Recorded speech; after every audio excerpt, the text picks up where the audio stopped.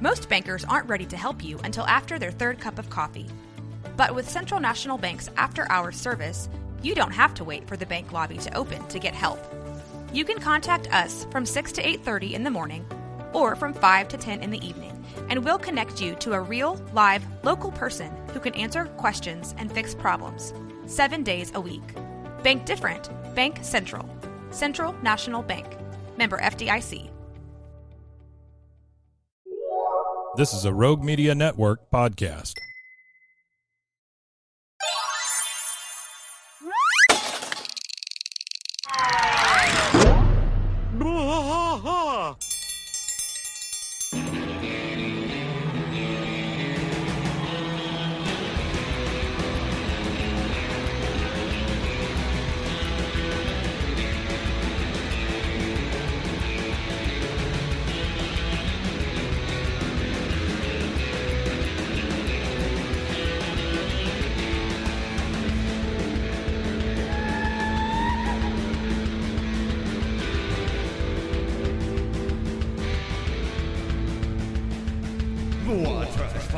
Through the night, deep in the heart of Texas, the trailer park is nice and dark.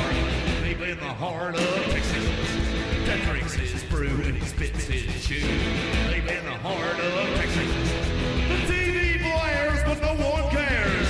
Deep in the heart of Texas, here we go.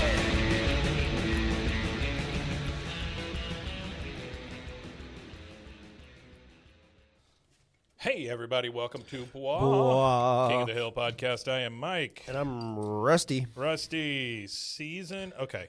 I am really messed up by these numbers here. Season 5, episode 16, I think is what we're going with, but it looks like it was season 5, episode 9 to begin with. Episode 16? Yeah. Mm-hmm. The Exterminator, Dale No, Heavy. 14. Oh, it is 14? Yeah, I'm pretty sure right. We're not on I don't 16 know, man. right? Yeah. It's because all the numbers are screwed up. So it's That's what I'm saying. The numbers are all production order jacked would up. be let's see. The production order is 5 ABE09, but this is episode 14. This is 14. 14. You sure? Yeah, because 16 is Hank's choice. Okay. And then So so it's kind of fucked up again. 13 was Ho Yeah? 13 was Ho Yeah. Okay. 14 is the Exterminator. But it's funny because the production orders are all kinds of screwed up too. So the production order is for the next episode, which is 15. The production order is 5 ABE 16. And then for episode 16, it's 5 ABE 11. So it's like their production order is all over the place. But I mean that shit happens in shows. So. Sure. I'm just saying if there's anything that's a little off, that would be why. As far as continuity or whatever. Well, I'm sure there is. I'm sure there are. Probably continuity because there was continuity issues at the beginning of the season with like Hank's truck. Oh yeah, and that kind of stuff. So yeah, we've been around a lot of that stuff. Yeah, it happens. All right, so no bell, no yell. No bell, as opposed no to the yell. last one, just in the middle of the season for some reason had a bell and a yell. This is the Exterminator. Like I said, a very Dale-heavy episode. Yep. We start off with Dale driving the Bugaboo, and he is speaking into like a handheld tape recorder. Exterminator's log, 10:05 a.m. Rat infestation at the Nickman residence. He pulls up at the Nickman residence, which we've never seen this guy. Never. Inside, he's talking to Nickman. They are in his kitchen. And he says, this where you saw him last, Nickman? He goes, yes, sir. He was underneath that cabinet. And then Dale, lights up a cigarette. Yep. He says, you see, unlike the human, the rat drags his testes as he walks. This creates a urine trail. Turns on a black light. He's got it almost looked like a wand that you wand people down at the airport with. Yeah. Yeah. But it's a black light. So I'm instantly thinking like NCIS type stuff, right? And so he turns it on, and then he starts looking around, and he sees shows the piss. he sees the little piss trail. He goes, "Shout out to Piss Gang." Male testes confirmed. And then he literally takes out a gun and screws it together like he's going to just start shooting these things. Nickman says, "Shouldn't you be wearing a mask?" Mask, smash, smash, mask, smash. Mash, smash. That's it. Smash. He goes mash, smash.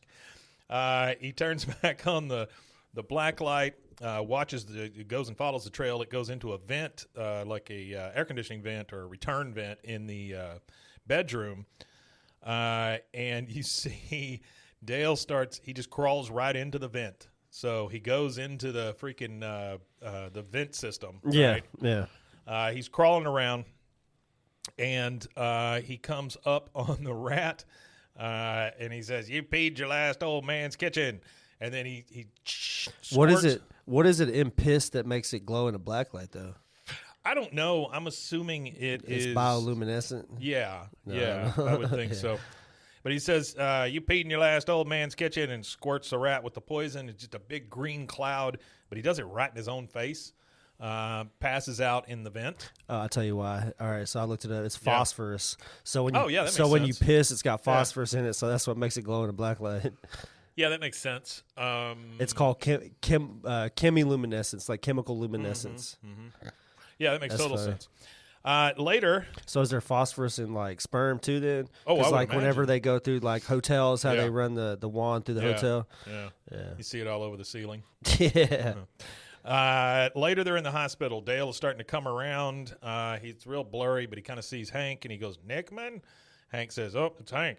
They called me because apparently I'm your emergency contact." Dale says, "I wanted someone who had nothing to gain from my demise." It's a great way to pick Yeah. your contact, I guess. Doctor comes in and goes, "Oh, good. I'm glad you're awake. Mr. Gribble, you have eroded your sinuses and coated your lungs with a substance I can't quite identify." Dale says, "I would like that substance back. It belongs to me." Hank says, "Look, Dale, doctor thinks you should quit exterminating. Your body can't handle any more poisons." He goes, "Can too." Doctor says, "If you don't quit, you won't live to 50.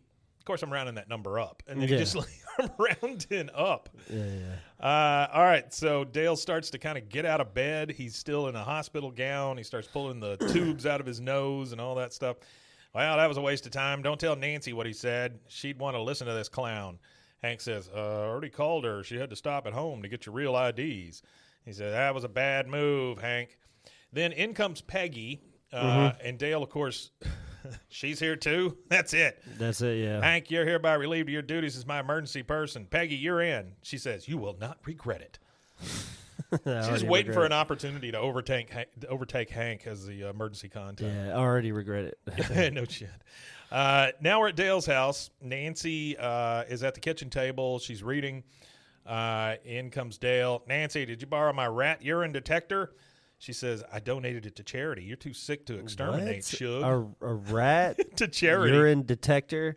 That's what he calls it. Imagine if that's what everybody calls. Imagine if that's the branded name for black lights. Instead of calling them black lights, we call them urine detectors.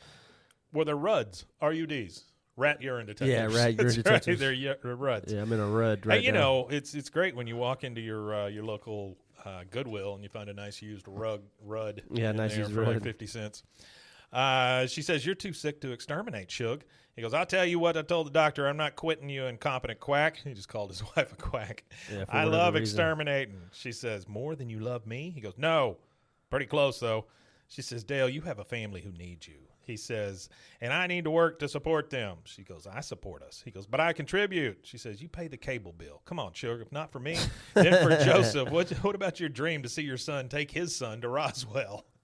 He says, That's "Oh, terrible. that rang true. Well, if you need me, I'll be 8 feet under in my metaphorical grave." He walks off and just says, "The basement." That pretty much is his metaphorical grave, I would imagine.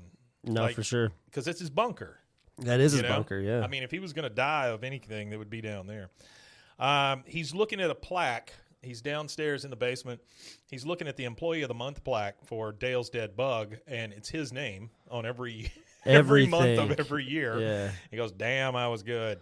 It pans out, and we see he's still in his hospital gown for some reason. They let him just wear that out the door. The door opens, and Joseph comes down to the basement. He goes, "Dad, I just came down to borrow some roaches for my science project." Which that's my favorite part about being in the hospital, honestly, gown? is the gown. Is the gown and the fact that you're just laying in a bed and you don't have to move and people are bringing things to you. Well, they've started with those paper shorts. You seen the paper shorts? No, I've never experienced the paper shorts. I don't. I don't make it a habit of being in the hospital, but when I am there, and I have had some, I've had some breaks and stuff they've had to fix, and in your gown? no, arms, in your arms, Okay. and legs and All whatnot. right. And I don't know. I do appreciate the open back robe thing they give you. I would imagine that those one-piece pajamas with the flap on the ass. Yeah. I would imagine those are pretty comfortable. Yeah. You know, I mean, when you got to go, you got to go. But I'm assuming you have to sit down every time. Yeah, but whenever I think about hospitals, I think about Lieutenant Dan shoving the ice cream into the bedpan. Lieutenant Dan. All right, so he's downstairs. He's looking at this. Joseph comes down and says, Dad, I need to borrow some roaches for my science project. He goes, roaches have been on this earth for 500 million years. You've been here, what, 13? You're in over your head. He unveils an aquarium that's got roaches in it, and he goes, what species are these? Joseph, without a hitch, says, Madagascar hissing cockroaches. Like he's not going to know. Yeah. You know? They're big. Have you ever seen them? And those big Madagascar yeah, roaches? But Those not are only that, they're in his dad's basement, and they're the only ones he has down there. Those So, are yeah, he's disgusting. probably going to know who those are. He says, well done. All right, here's what we'll do for your science project. We will breed servant roaches. As long as we ensure that I'm the first thing the roaches see when they're born, they will think I'm their mother, and they will therefore obey my every command. My every command. Joseph says, think we can train them to crawl through a maze? He says, we'll train them to do worse than that, Joseph. You know, Dale says a lot of stuff like that. Dale says a lot But of I stuff don't know about what a lot the of hell stuff. he's what is he thinking he's going to train these That cockroaches dude runs his mouth to do? more than anybody. So we see Nancy come in the back door. Can they train him, though? Is that real? I guess. Let's I look. don't know, man. You see Nancy coming in the back door of the kitchen. She's still got her news center gear on, her weather person gear. She's got her arm full of groceries. Yeah, we're gonna go ahead and talk about it real quick. Go for it.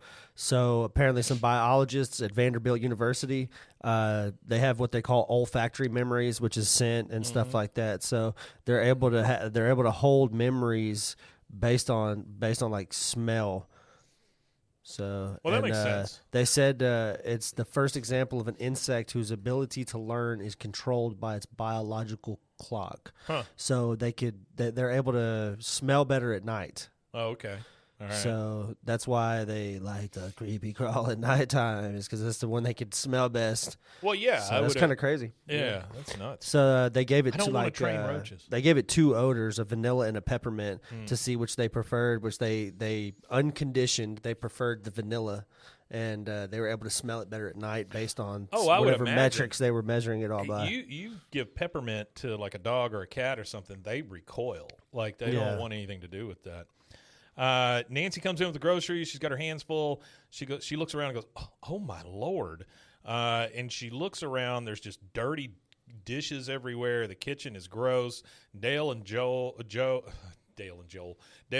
are over there looking at roaches in a little terrarium kind of thing. She goes, "Did it occur to either of you to set the table for dinner?" Dale says, "I guess we were distracted by our afternoon of monitoring roach excreta." She says, "That's how you spend your day?" She looks in the fridge. She goes, "Who ate all the chopped meat? That was for dinner." Joseph says, "The roaches."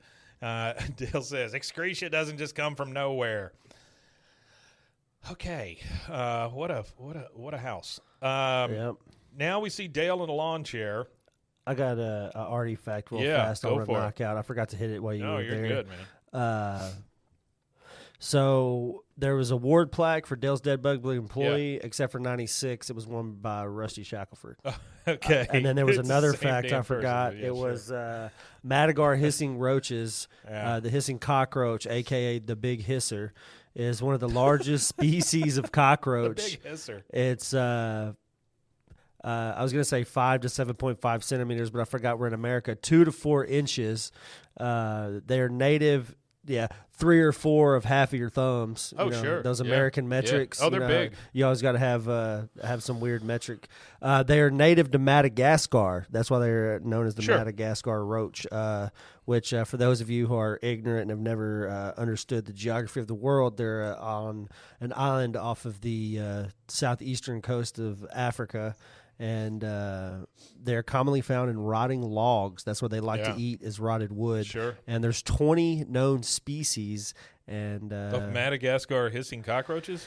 and many of these 20 known species are kept as pets because they're they're size of a small mouse. Like if you keep a mouse or something like that, why not keep a gigantic Don't want roach? either. Yeah.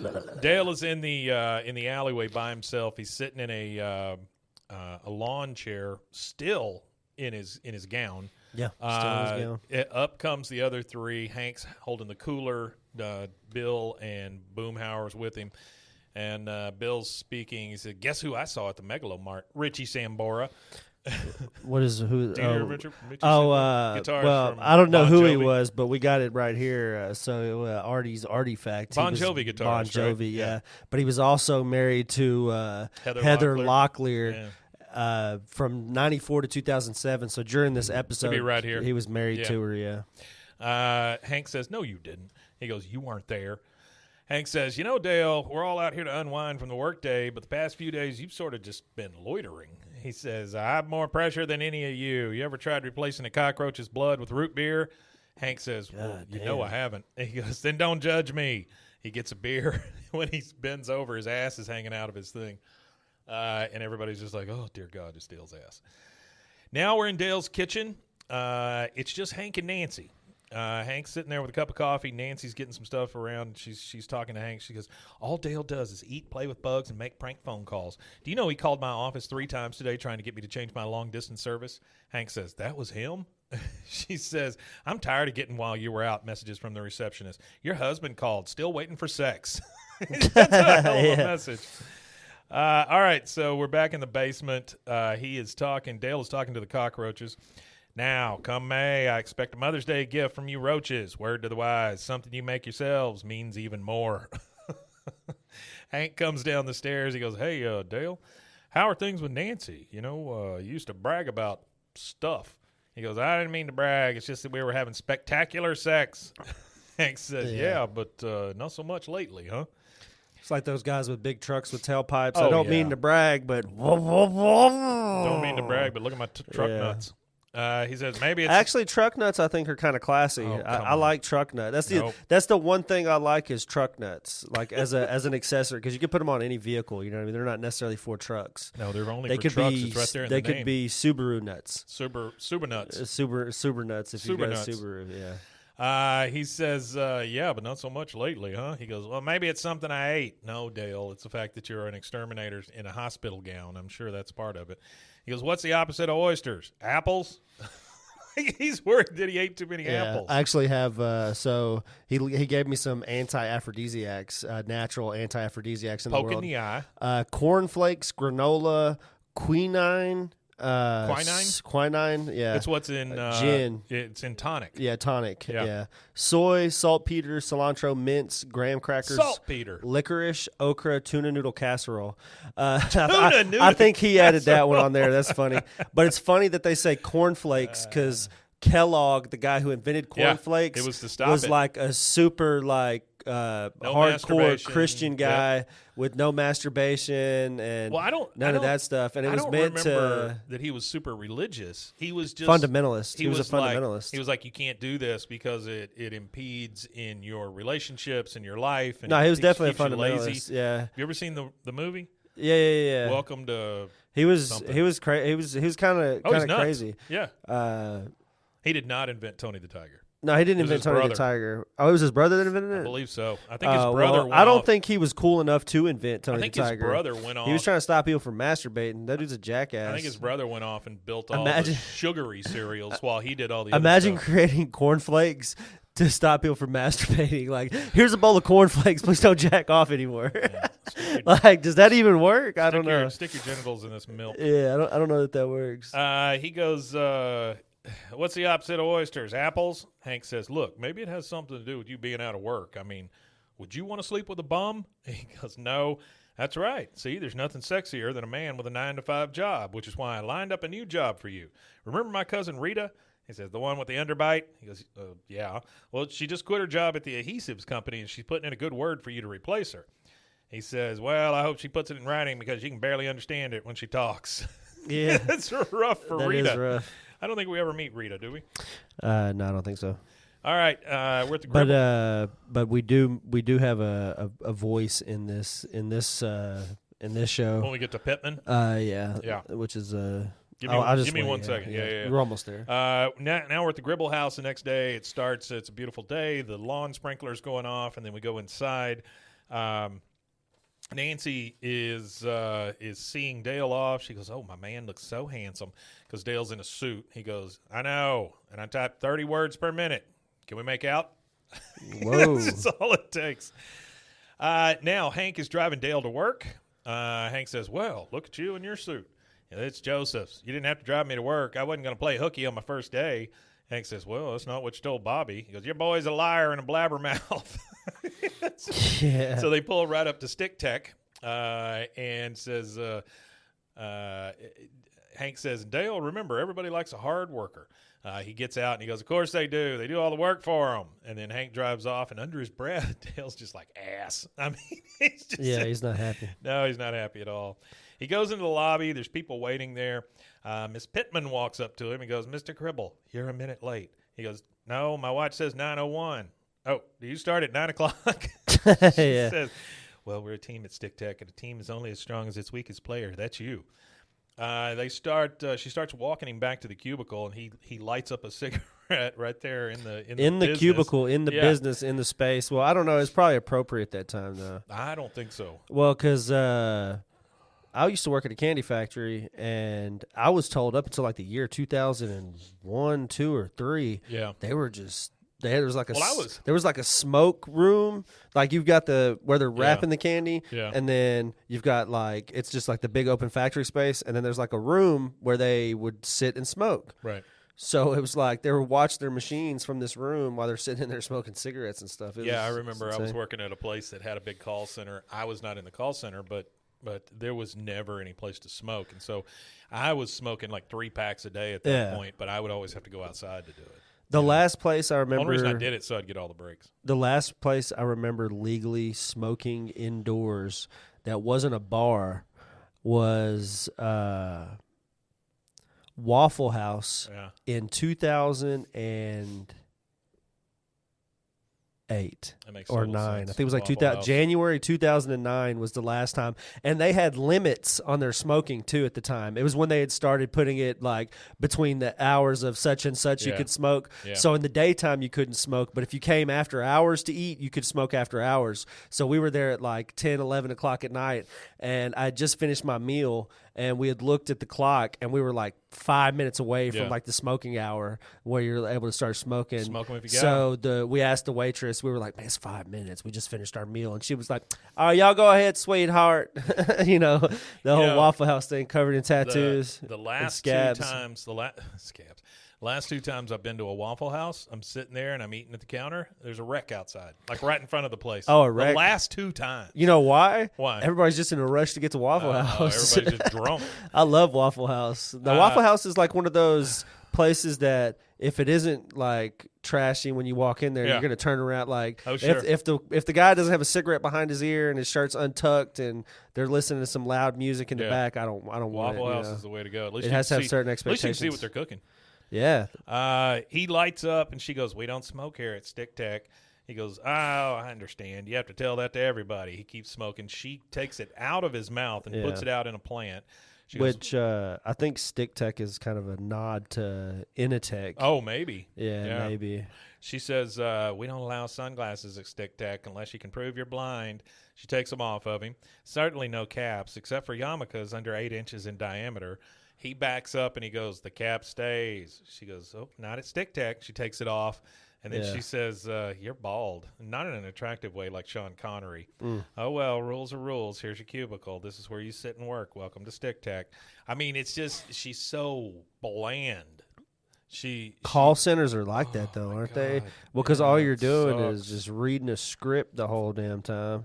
She says, "Welcome to Stick Tech," and then it kind of pans out, and Dale is just depressed. I mean, he's in this giant sea of cubicles. And that is our first commercial break. We'll take that, and we'll be right back. Snack Attack is a podcast about the history of your favorite snacks, candies, and treats. Each 5-minute or less episode features the history of a great snack from around the world. We'll also visit what the status of the snack is today and give you a little knowledge to lord over your friend. Snack Attack is available anywhere you get your podcast or at roguemedianetwork.com. Let's get snacking!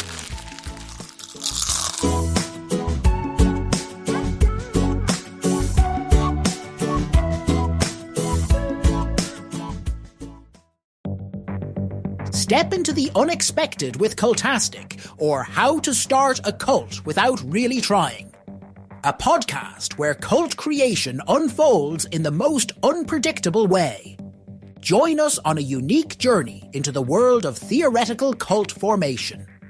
Unlike any other podcast, each episode of Cultastic is co-written in part using ChatGPT, and we let it decide our fate, good or bad. What makes Cultastic truly intriguing? We don't know what's coming each week. Together with our AI co-author, we'll discover and build this cult, one episode at a time, exploring various aspects of cult dynamics, leadership, and group psychology. Delve into themes of charisma, influence, and the power of group thinking. It's a blend of expert analysis, theoretical exploration, and the unforeseen twists of AI-generated ideas. Remember, Cultastic is an exercise in imagination and education where we weave a narrative one episode and one tenant at a time. Curious about where this journey will take us? Subscribe to Cultastic or How to Start a Cult without really trying on your favorite podcast platform or at roguemedianetwork.com. Let's build this mission to save the people of Earth, week by unpredictable week.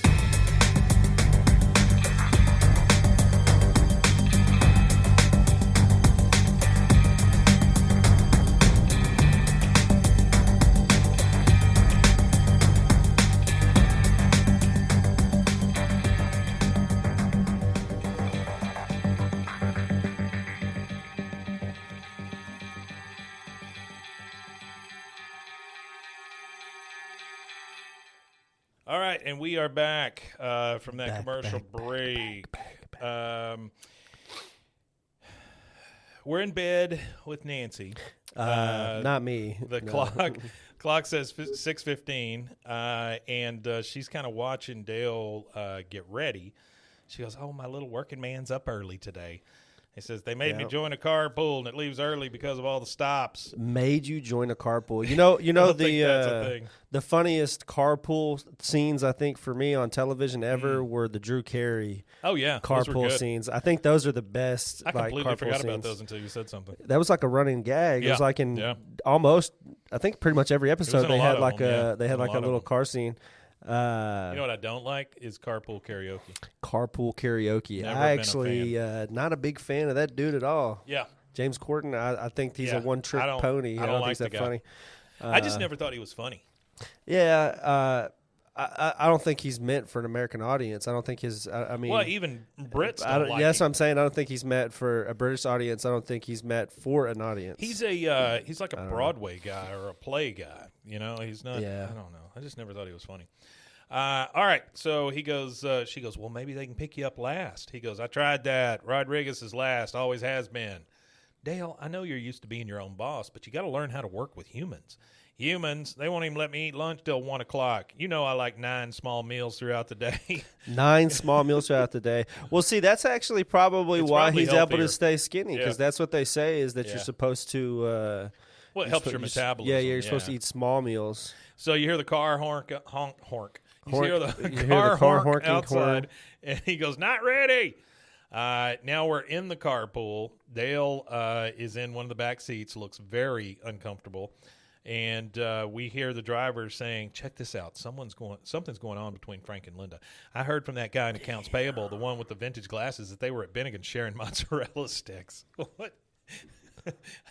So people can't platonically share mozzarella sticks. But you said that Stick Tech was a kind of a joke veiled, on Initech. Yeah. And I think of this as kind of that. Oh, someone's got a case of the Mondays. You know that. Lady Yeah, that's and all exactly that what stuff. it is. Yeah, that's exactly what that is. Yeah. Now later. We see one more is in the back seat with Dale. He goes, enjoy the end of the Today Show, Rodriguez. He goes, not as much as the beginning of Regis. Hey, did you guys hear about Frank and Linda? I mean, it's just all gossip in that car. That's all it is, and that's what I think that's what on the Drew Carey show. Some of those were kind of gossipy. Oh yeah, there was one about one about smoking. Somebody was like smoking in the car, and it was off-putting to Drew Carey or something. I don't know. So that's a great show, though. It was a great show. Started a Drew Carey show podcast. I don't think anybody's done that. Yeah, I don't think so. Now Dale is in his cubicle. It kind of pans over. We see a picture of Joseph with a gun. We see a picture of Nancy, followed by a picture of a giant bug, which that's the way it should be. The big bug-a-bago. You see Dale wearing a hat made out of newspaper for some reason. I guess he was bored.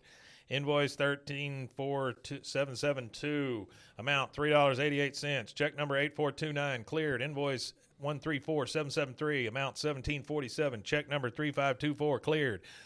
Oh, God. Invoice 134774, amount $6.19. In comes Pittman. Yep. Mr. Gribble, what did I tell you? No hats of any kind at Stick Tech. Thank you. One more slip up and you lose your privileges to dress casual on Casual Fridays. Are we clear? He says, clear. Can I go to lunch now? She goes, oh, I moved your lunch to 4 o'clock. I need you to fill in for the receptionist. She's eating lunch. It's just so crappy. He pulls out the bottom drawer of his file cabinet, and you see bags there, his lunch bags, 10:45, 11:30, 12:15, 1, 1:45, 2:30, 3:15, 4, 4:45, 3, 4, 5, 6, 7. That's 9. So now we're in the alley with all three guys. No Dale yet. Bill says, I don't know if I can wait for Dale any longer. I'm getting awful chilly. just nuts. And you hear from off screen, up yours, Rodriguez. And you see Dale get out of the car. He comes over to the guys. Hank says, hey, Dale, what's new in the world of adhesives? Trying to make the best of a bad situation here. Dale takes the beer and just chugs the whole damn thing. He goes, well, we were each issued 2 Stick Tech brand Stick-It pads. Hank says, well, this is great. We're getting the inside scoop here, fellas. He's trying. He's trying real hard to make Dale a normal person.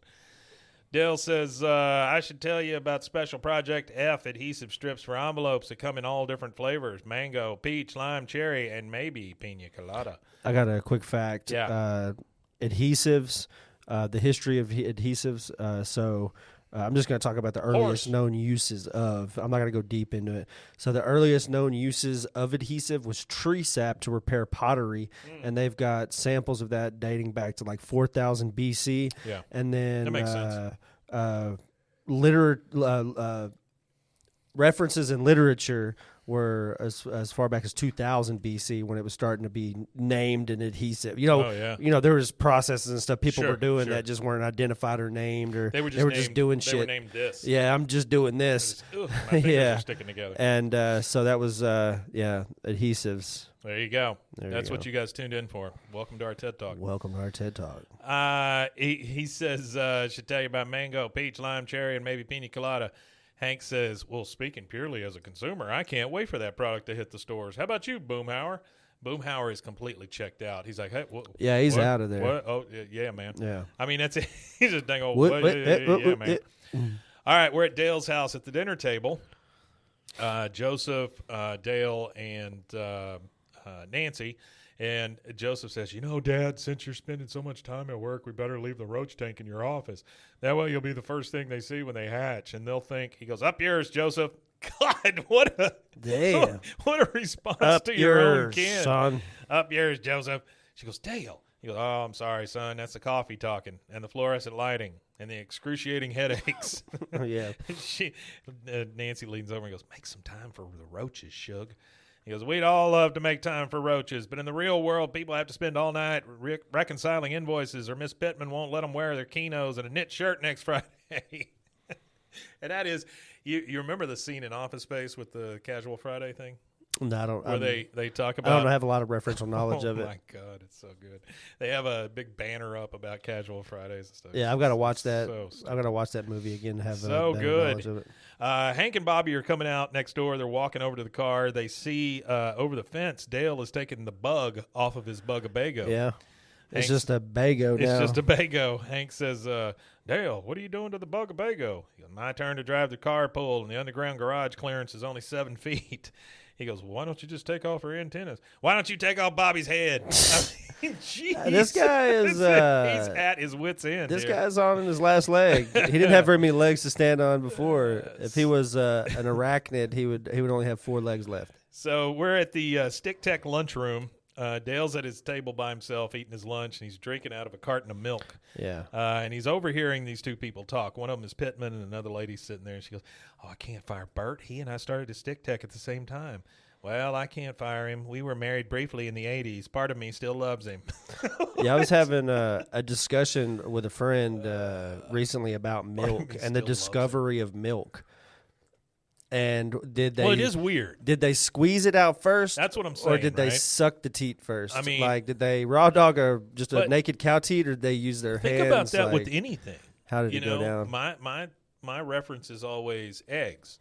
Oh, look, a thing just fell out of that bird. Let's go eat it. You know, I mean, that's just yeah. How did that come up? Did they just like stick it in their mouth like a jawbreaker and just crunch down on it first, I don't know. or did they? I know there's things that people use. I don't know specifically what they use, but I've been listening to a culinary arts lecture, and they're talking about like the history of culinary arts from one of the online college You've things, been listening Coursera to a or culinary something. arts lecture. Yeah, it's like Coursera or whatever. Yeah, sure. But he's talking about the history of culinary art and like how it became an art form type thing. And there was something I can't remember exactly all the details of it, but they even use They used to use eggshells too. Yeah. Where we just throw the eggshell away now. Oh yeah, they used to I'm sure they're grind good the for eggshell up something. and do something with I'm it. sure they're good for something. I wonder if you could make an egg flour out of grinding eggshells up, like an eggshell flour. That sounds crazy. I have a book at home that I've never read, but it's called "Who Ate the First Oyster," and it's that kind of stuff, right? It just tells you about the history of all those things. Well, yeah, there is actually I've just never read it. An eggshell flour. You can grind eggshells up and make an eggshell powder. There you go. They said that if you drink the eggshell powder, Nope. one teaspoon contains 800 to 1,000 milligrams of calcium. Nope, no thanks. So I'm good. if you're calcium deficient, Go ahead and eat save some your chalk. eggshells, cook them. You got to cook them in the oven first to kill the bacteria, and then you grind them into a powder, put it in your coffee or whatever. Yeah, I'm going to go ahead and just keep buying the flour they have at the grocery store, I think. Dale, overhearing all this, he goes, wine, wine, wine. When I was an exterminator, I killed living isms. What's the big whoop about firing someone? Pittman says, Mr. Gribble, you don't know Bert Halverstrom, do you? He goes, met him once, didn't care for him. She goes, well, since you're about the only one here who has no personal attachment to Bert, maybe you could do me a favor. Fire him, throw in a container of milk, and we have ourselves a deal. That's all it takes for Dale. That's it. One more half pint of milk. All right. We see Dale sitting in Pittman's office. You can tell because her name plaque's right there in the front. Yep. He's looking at a picture that she has on her desk and goes, good-looking kids for 2 ugly people. I mean, it's just so funny. Yeah. Bert, That's funny. Well, that's what they say, though, is that 2 ugly people make well, it skips a good-looking generation, kids. right? Yeah.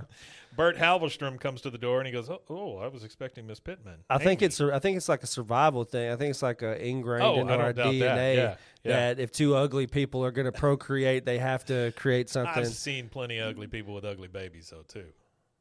I don't know. I think babies. This is a tough take for a lot of people out there, but babies for the first few, like till they get a little older, like a couple of months older, they all just look they all look alien like, they don't all look they come out with pretty. their heads all squished and their hair all sticking up and weird and gooey and anyway. Yeah. All right, so he's looking at that desk. He says, good-looking kid for 2 ugly people. Bert comes in. He goes, I was expecting Miss Pittman. Amy, because, they were married briefly. Yeah, they were. He goes, They were yeah, married she briefly. asked me to talk to you instead. He goes, aren't you the receptionist? He goes, when Judy eats lunch, but that's not important. What is important is that you've got 30 seconds to tell me why you should keep your job. He goes, he goes, yeah, it's not going to fly. Sorry, Halverstone, you're fired. I mean, just straight up. Just, you're fired, buddy. Pittman is, she's literally around the corner listening, and she goes, Bert, I just heard. I'm so sorry. He runs off. Now she's talking to Dale. She goes, that was very decisive. Listen, there's someone else I need to fire. This person I hate so much I can't even look at him. He goes, you know the price. He goes busting into this guy's office, and he goes, it's all over, Gladstone. Gladstone says, excuse me? like, what do you do if somebody just busts into your office and says it's all over? Yeah, I don't know. That's I'm sure there's some HR issues with firing people that way. This is all an HR I don't know issue. if you can kick door on somebody like you're in Iraq and just run in there. Oh, you're all out of here. Get out of here. Yeah, I don't you're think fired. that's the way it's done. He goes, excuse me? He goes, pack your stuff and get out by the end of the day. And then Pittman again, outside the door listening, he goes, I can see why you don't like him. He goes, what about my health insurance, Miss Pittman? She goes, oh, I fart for you, Sal. She goes, I fought for you, Sal, honestly. He goes, anyone else? I'm still thirsty. She looks at him and goes, Mr. Gribble, how would you like to make this your permanent job? He goes, firing Gladstone? Sure. Gladstone? She goes, no. Look, nobody knows this, but Dallas is downsizing the flavored adhesive division. Pina Colada was killing lab monkeys left and right. Whoa. So Dale now has a new job. Killing lab monkeys. He comes home. Nancy's there reading a magazine. He says, what a day, carpool. I had to stop at the store. Rodriguez needed a comb. Oh, yeah, they made me assistant vice president of human resources. My husband is an assistant vice president? Oh, I'm so proud of you. She comes over and, leans on him. She's going to lean in to kiss him. He goes, what you doing? Unless he initiates it, he doesn't have any idea what's going on. He doesn't have a clue what's going on. And that's the thing is whenever it says assistant behind something, all that means is you're the fall guy when everything comes tumbling down. Absolutely true. That's why you never want to be assistant. That was the thing about seeing people be assistant managers and stuff like that at fast food places, and then watching the actual general manager come in for 5 hours a day, walk around, make sure everything looks okay, and then leave. And the assistant manager's up to their neck in work. It's delegation. We're at Stick Tech. Just remember, shit rolls downhill, and the first person to catch it is the assistant. There's employees walking and talking. They've got coffee. They're kind of walking and talking to each other around the cubicles. One of them says, I heard Mitch got 86 too. And the other guy says, yeah, at his own damn birthday party. Gribble walked in, blew out the candles, told him to leave the cake and get out. Then we go inside of Dale's office, and you hear him talking with Hank, Nancy, Peggy, and a big old thing of bugs. All of these plants are real, and they give off oxygen, which I use throughout the day. Hank says, oh, by my count, that's 6 outlets. Dale, all of them are grounded. Nancy goes, here's a photo of me for your new big fancy desk. We could move it if we ever wanted to, He goes, have sex on the desk? Sure. We could even move the roaches. He just moves everything off the desk. Like they're going to do it right there in front of Hank. Yeah, they might. You never know. I just had to find a new place to keep my keys to the executive washroom. He picks them up and starts dangling them. He goes, who has to make? And, of course, Peggy, why, I could go, Well, I bet she could. She probably shits like a horse. He goes, you're not an executive. Hold it until we get to the restaurant. Imagine eating a Brown Betty and then have to take a dump after that. That'd ruin your insides. There's a guy standing outside of Dale's office looking in. Oh, how could I have forgotten? Lois, could you come in here for a second? Yes, Mr. Gribble. Lois, now you've been with Stick Tech for how long? Oh, it'll be 14 years next week. No, it won't. You're fired. Just boom, suck it. Everybody's just like, oh, no. And he goes, fired? But, yeah, listen, I'm hungry. She has to pee. He has to get back to work, or he'll end up in the same boat as you. He goes, well, I've got 4 children. He goes, I had someone earlier today with 8. Heck, I once killed a beetle with $30 million in her egg sack. Guy just starts crying and runs out, and he goes, well, who wants steak? And then that is our second commercial break. We will take that and go get some steak, and we'll be right back.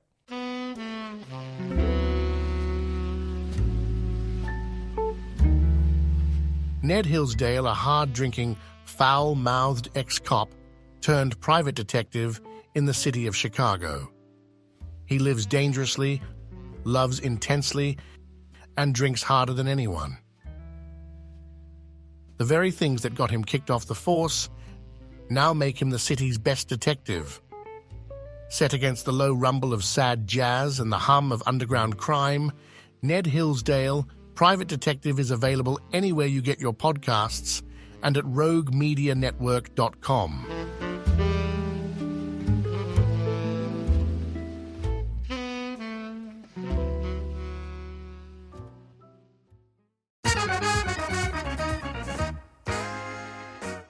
Hey everybody, I'm Tony, and some call me Big T. And I'm Carrie, and we have some exciting news. We have a podcast. Absolutely, it's called My Husband is a Hunka Burning Love. No. And we'll be discussing some different sex positions overweight couples can easily perform, correct? I don't think so. It's called I Married an Idiot. I know, I'm just kidding. We'll try to stay on task, focus. Did you take your Adderall today? Really? You're going to ask me that? Are you insinuating something? Never mind. You may be wondering why we're doing this. We have been together for 36 years. 36 short, long years. Freaking years. But we must be doing something right? Well, we must be. But this is where the fun starts.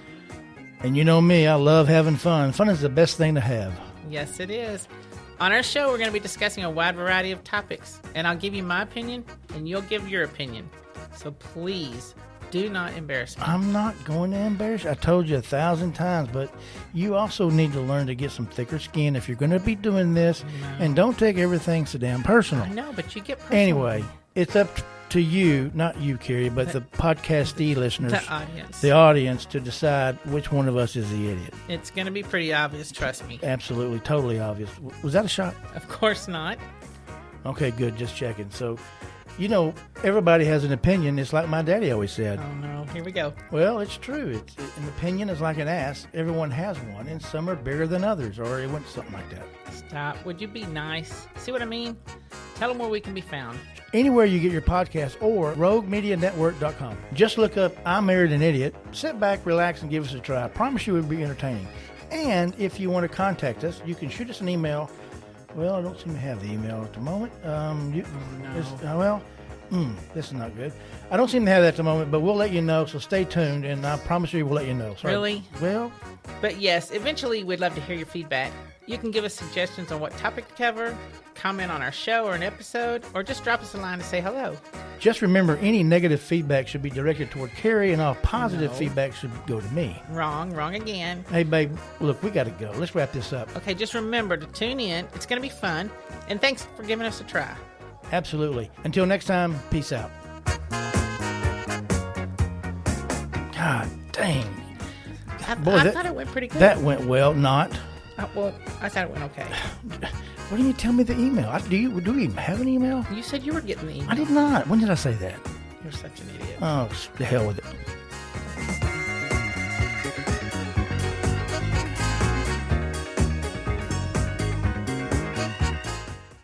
All right, and we are back. We left them going to the steakhouse and Dale not giving a crap about people. Now we're at Dale's house. Dale is doing karate moves and undressing, of course. Sha to you. Like, he's all fired up because he gets to fire these people. You know, he's all fired up because he gets to make people feel like shit. Nancy goes, that guy you fired today, the way he was crying. I said, he goes, sha. She goes, he drops his pants, and of course he's got sock garters on, which I thought was fantastic. He's got a lovely farmer tan all over his body. Nancy goes, I just can't get that image out of my head. Then let me replace it with this image. And he gets up and starts chicking around, going, just like dancing. Gets up on the bed and starts undressing and dancing. She goes, sorry, Shug, I just don't feel like it. He goes, well, maybe this will help. And then he gets up and just doing all those moves. Does it again, yeah. All right, next day in the carpool, Dale comes up and he's talking through the window and he's talking to Rodriguez. He goes, Rodriguez, if you ever want your kids to see you lose another sack race at the company picnic, I suggest you get your butt in the back seat. Rodriguez is like, excuse me? He goes, thought so, after he moves. Yeah. All right, now we're at Stick Tech. He is talking to a janitor, and the only reason you can tell it's a janitor is that Dale is facing the window looking outside while he's talking to this guy, you know, that big power move thing. Yeah. And you can see the janitor reflected in the glass behind him, just standing there holding a mop, so you know he's a janitor, I guess. He goes, Carl, as a janitor, what would you do with unlimited free time and no income? Well, yeah, what would you do? I'd probably be homeless. Nancy and Joseph come, and they're just standing in the doorway, and she goes, Shug? He goes, busy, Nancy. Joseph, also busy. Joseph says, "But Dad, my science project's due tomorrow. I need my roaches. They should have hatched by now." They're in the bottom drawer of my desk next to Carl's severance check. Now, if you'll excuse us. They've escaped. Yeah, he picks up the tank, and there's only one roach in it. He goes, "Oh, they've escaped. We got to find them." By the way, janitor is still standing there. Yeah, the janitor is just He goes, awestruck. You people with your roaches. I'm trying to fire this incompetent fool with compassion. He goes, "But Dad, you keep this up, Joseph. You're fired from this family." She goes, "Dale." He goes, "You're next, Blondie." "Carl, I'm off to round up some roaches.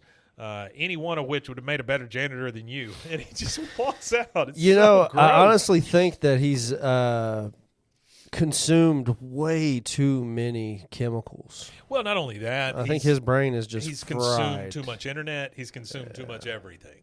You know, Mountain Dew. Too much Mountain Dew. He probably just pisses Mountain Dew. Oh yeah, that's just. Can you imagine how his piss glows? Yeah, it probably does glow underneath the black light. Yeah. Without the I think black it glows light. without a black light. Yeah. All right, so they Nancy and Joseph follow him. They walk into he the probably pisses like neutrons or something. They walk into the break room. All his people are in there eating. He goes, "People, we have a small insect situation. Please remain." Oh, Veronica, you're fired. "Calm and enjoy your lunch." Just like Veronica, you're fired.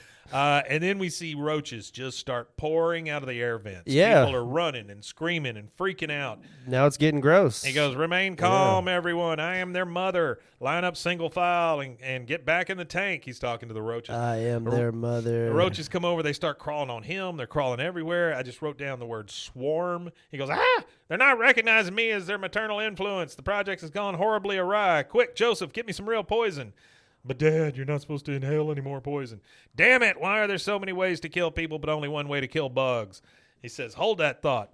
And then he grabs a letter or what do you call those things that you stick like done bills on your desk? You know, that little spike that you it's like a letter spike. They do it in some stores for receipts and stuff too. Yeah, they used to. Yeah. I'm not sure what the correct term for I don't know that what it is either. Maybe somebody out there does. Let's see if I can find it out. But he grabs one of those out of this box from a guy that he's obviously fired. The guy has his box full of stuff with him. He starts stabbing him. And then he throws out Post-it notes for the roaches to stick to, kind of like those sticky traps. Then he grabs a letter opener. He throws it like a knife and gets a roach with it. Then he takes off his jacket. He grabs a rubber stamp, and he starts bam, bam, bam, just stamping these roaches with the word "canceled" all over the wall. I got you a name. Yeah, what's up? It's called a receipt spindle. Arthur just told me in chat, but I found it before. I noticed spindle. Arthur saying it. Now, see, a spindle. It's called a receipt spindle, yeah. A receipt spindle seems to me like one of those things that you see like in a diner where they put the checks on and they spin them around. Well, another name for it, too, is also a cash register receipt spike, or Okay,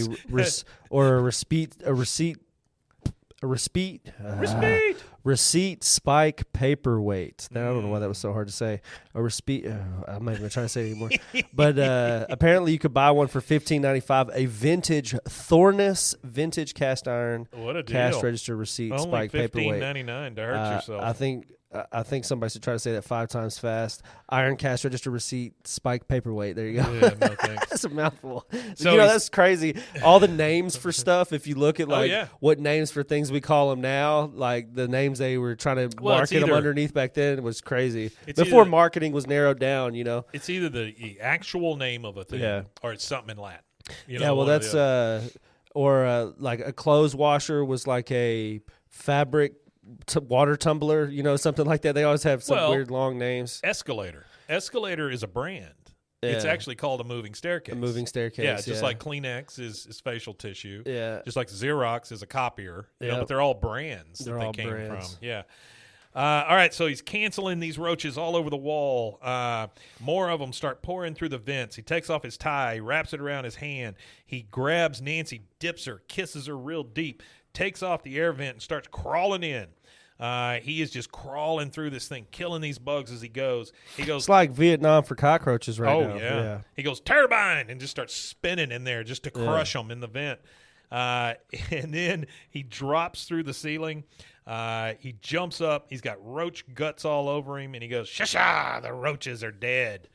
Please return to your lunch." You look around, and the place is a complete disaster.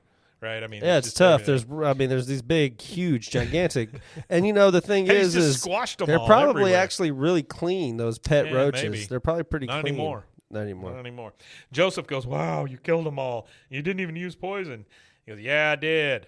And I didn't, did I? I don't need that toxic crutch. All I need is Dale Gribble, the Exterminator." The Exterminator. He goes, "Pittman, firing people can give you a pretty good buzz, but it's a poor, poor substitute for killing. I realize that killing now." machine. Yeah, Dale Gribble, the killing machine. Pittman goes, "Dale, please, you were the best human resources manager Stick Tech ever had. And I'm going to go all the way back to when we were Stick Co." He says, "Sorry, Miss Pittman, I got some love to give." He rubs Joseph's head, and he goes, "And some love to make." And he kisses Nancy. She goes, "Mr. Gribble," and hands back his hat, his glasses, and his cigarettes. Yep. He goes, "Good news, Joseph. You can have your suit back." And they all just walk off into the sunset. And that's it. Credits. Now, after that, we do hear, maybe this will help. Chicka, chicka, chicka, chicka. The little dance, little dance thing that he did. bed. Yeah, that's a good episode. It was a good episode. That one's funny. And it's really aggressive. This episode you could place anywhere.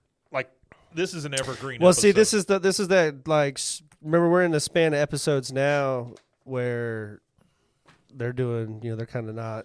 Oh, yeah. Greg Daniels They're and all over Mike the Judge are kind of, hands off hands a little off. bit. Yeah, That's why they didn't like some of the stuff that was going on. Well, not necessarily not liked, but it wasn't really with the vision of.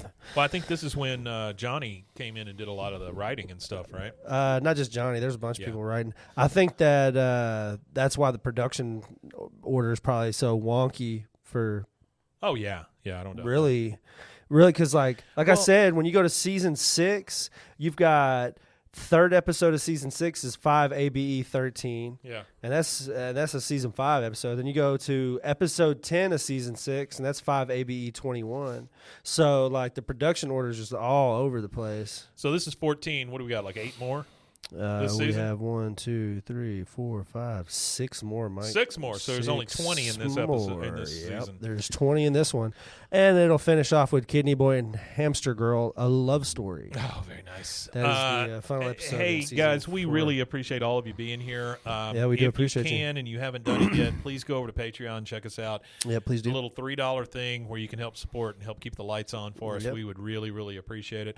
Also, letting you know these Monday episodes, they are available as video within the Spotify app. Within the and Spotify app. Also available on YouTube. Also available on YouTube at youtube.com/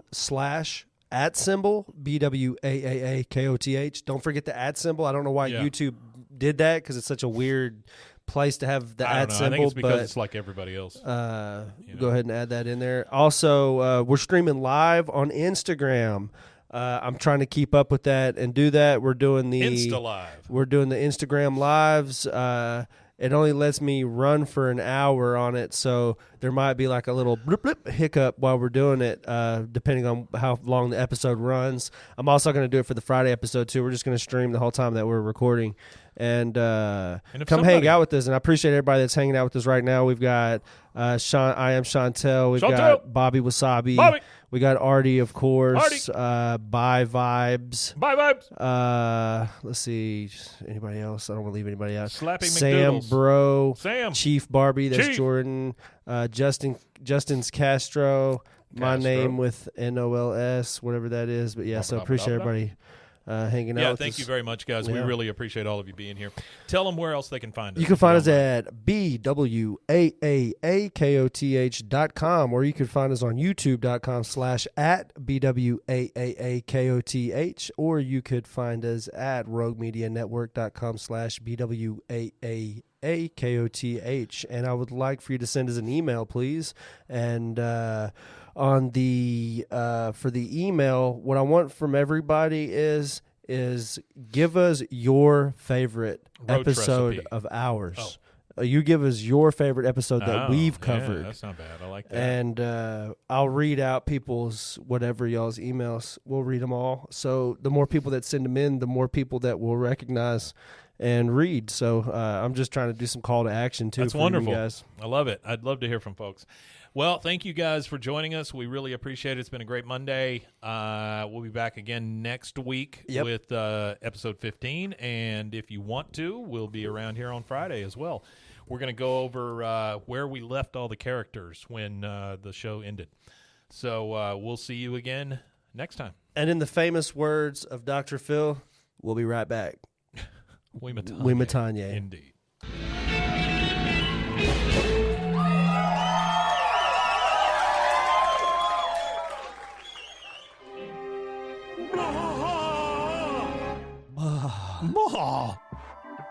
This has been a Rogue Media Network production.